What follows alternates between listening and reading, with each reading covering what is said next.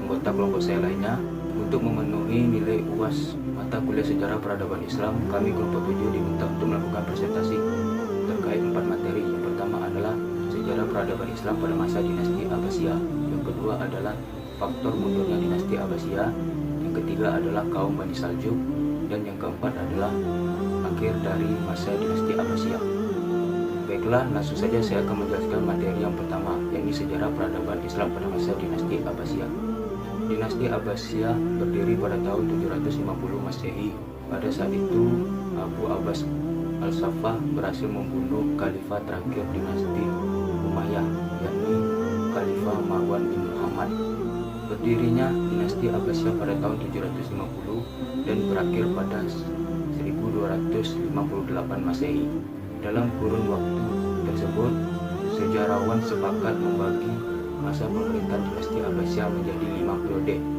Periode pertama dari tahun 750 hingga 847 Masehi dipengaruhi oleh Persia pertama.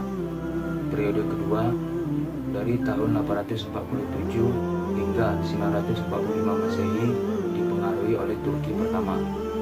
Periode ketiga dari 945 hingga 1055 Masehi dipengaruhi oleh kaum Bani Buai, Persia kedua. Periode keempat dari tahun 1055 hingga 1194 Masehi dipengaruhi oleh Turki kedua.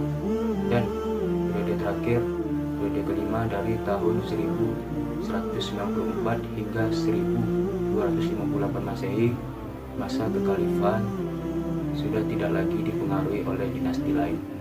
Dari kelima periode tersebut, periode pertama adalah merupakan periode yang terbaik pada masa dinasti Abbasiyah karena dipimpin oleh khalifah-khalifah atau tokoh-tokoh yang kuat pada saat itu, bahkan membuat Islam unggul dalam berbagai aspek, mulai dari politik, ekonomi, ilmu pengetahuan, dan lain-lainnya. Adapun salah satu khalifah yang membuat peradaban Islam mencapai puncak kejayaannya adalah pada masa Khalifah Harun al-Rashid dan juga anaknya Al-Ma'mun. Pada kedua masa itu, Islam benar-benar mencapai puncak keemasannya. Pada masa Khalifah Harun al-Rashid, pada saat ia memimpin, negara telah mencapai kemakmuran, harta melimpah, pertahanan yang cukup kuat meskipun masih banyak pemberontakan, dan juga luas wilayah mulai dari Afrika Utara hingga India.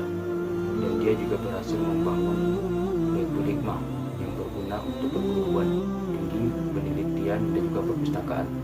Disitulah tempat lahir-lahirnya ilmuwan-ilmuwan hebat. Pada masa Khalifah Al-Ma'mun, anak dari Khalifah Ar-Rashid, peradaban Islam juga berkembang karena pada masa dia ilmuwan-ilmuwan banyak terlahir dari sana, sehingga membuat Islam cukup kuat pada saat itu. Dan juga ulama-ulama yang banyak lahir pada masa periodenya, seperti Muhammad bin Musa Al-Khawaris, seorang ahli matematika, dan juga Sin bin Ali, seorang astronomi, Al-Jahiz, ahli biologi, dan juga Al-Jazari, seorang ahli fisika dan teknisi. Mereka lah yang membuat peradaban Islam pada saat itu mencapai puncak kejayaannya, ditopang dengan khalifah-khalifah yang kuat pada saat itu. Mungkin hanya itu yang dapat saya sampaikan. Materi selanjutnya akan disampaikan oleh teman saya. Assalamualaikum warahmatullahi wabarakatuh. Baiklah, saya M. Fajar Wahyudi. Selanjutnya saya akan menjelaskan tentang faktor mundurnya dinasti Abbasiyah. Di sini kita sama-sama tahu pada pemerintahan dinasti Abbasiyah pada puncak kejayaannya di masa Khalifah Harun bin Al-Rashid dan anaknya Al-Ma'mun. Dinasti ini menjadi kota budaya dan ilmu pengetahuan dunia dan Baghdad menjadi kota terbesar. Namun akhirnya dinasti ini runtuh. Nah, beberapa faktor yang penyebab keruntuhan ini adalah yang pertama, lepasnya wilayah-wilayah kekuasaan. Wilayah dinasti Abbasiyah sangat luas, meliputi wilayah yang membentang di Tunisia dan di Afrika Utara, Mesir, Syria, Palestina, Arabia, Irak, Iran, dan lembah sungai Indus, Pakistan, dan India Barat.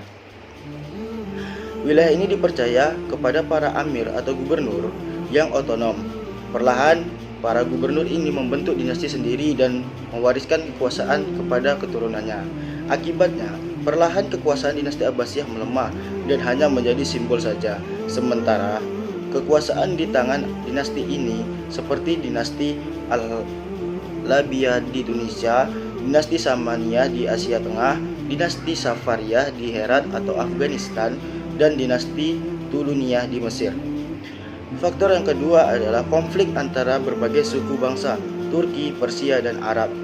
Dinasti Abbasiyah mengalami konflik yang terjadi antara suku bangsa. Bangsa Arab merupakan bangsa yang dominan dalam politik, termasuk keluarga besar para khalifah. Sementara bangsa Persia terdiri dari para birokrat dan ilmuwan.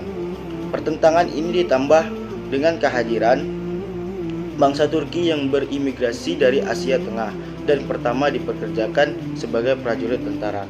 Pertentangan ini misalnya terjadi dalam peristiwa anarki di Samara antara 860 sampai 870 Masehi, yaitu perebutan kekuasaan antara Al-Mu'taz atau yang didukung pasukan Turki berbasis Samara melawan Al-Musta'in atau yang didukung bangsa Arab dan Persia di Baghdad. Perebutan ini akhirnya dimenangkan oleh Al-Mu'taz. Yang ketiga adalah konflik keagamaan, seperti antara aliran Mu'tazilah dan Asy'ariyah dan antara lain aliran Syiah dan Ahli Sunnah. Dan yang keempat adalah serangan bangsa Mongol. Dinasti Abbasiyah di Baghdad akhirnya jatuh setelah serangan dan penaklukan di kota Baghdad pada 29 Januari sampai 10 Februari 1258 Masehi oleh Mongol yang dipimpin oleh Hulagu Khan, saudara dari Kagan atau pemimpin besar Kekaisaran Mongol. Serangan ini disebabkan karena Mongol berniat untuk memperluas kekuasaan ke Mesopotamia atau Irak. Setelah sebelumnya menguasai Iran dan Asia Tengah, dengan takluknya Baghdad, pasukan Mongol menguasai khalifah terakhir dinasti Abbasiyah di Baghdad, Al-Musta'im, dan membantai banyak penduduk kota Baghdad. Pengepungan itu terjadi atau dianggap menandai berakhirnya zaman keemasan Islam. Baiklah, mungkin di situ saja saya menjelaskan tentang faktor mundurnya dinasti Abbasiyah. Assalamualaikum warahmatullahi wabarakatuh. Baiklah, di sini saya akan menjelaskan materi tentang kaum Bani Saljuk. Kaum Bani Saljuk Saljuk adalah sebuah dinasti Islam yang pernah menguasai Asia Tengah dan Timur Tengah dari abad 11 hingga ke abad ke-14. Mereka mendirikan kekaisaran Islam yang dikenal sebagai Kekaisaran Saljuk Agung. Dinasti Saljuk Agung juga menandakan penguasaan bangsa Turki di Timur Tengah.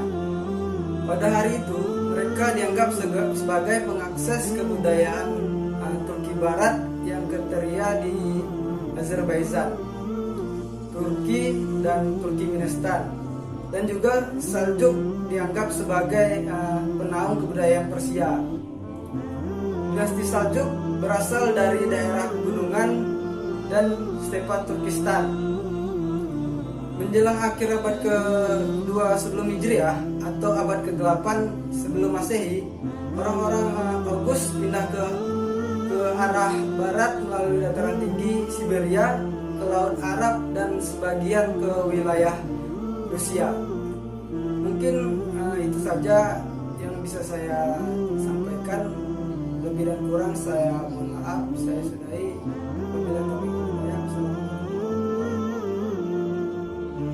Materi yang berikutnya yaitu akhir dari dinasti Abbasiyah.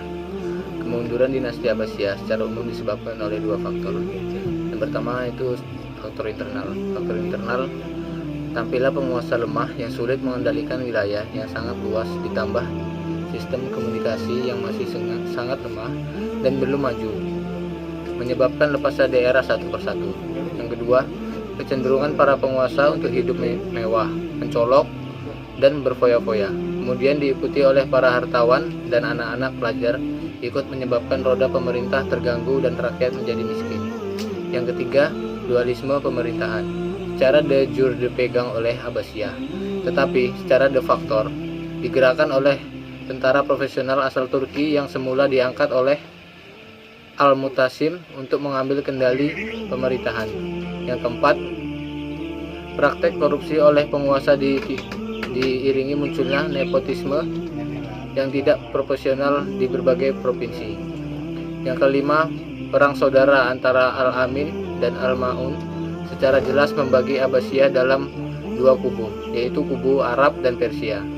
Pertentangan antara Arab non-Arab, perselisihan antara Muslim dengan non-Muslim, dan perpecahan di kalangan umat Islam sendiri. Secara eksternal, yang berikutnya yaitu secara eksternal, disebabkan oleh karena Abbasiyah menghadapi perlawanan yang sangat gencar dari dunia luar. Pertama, mereka mendapat serangan secara tidak langsung dari pasukan salib di barat. Kedua, serangan secara langsung dari orang Mongol yang berasal dari timur ke wilayah kekuasaan Islam.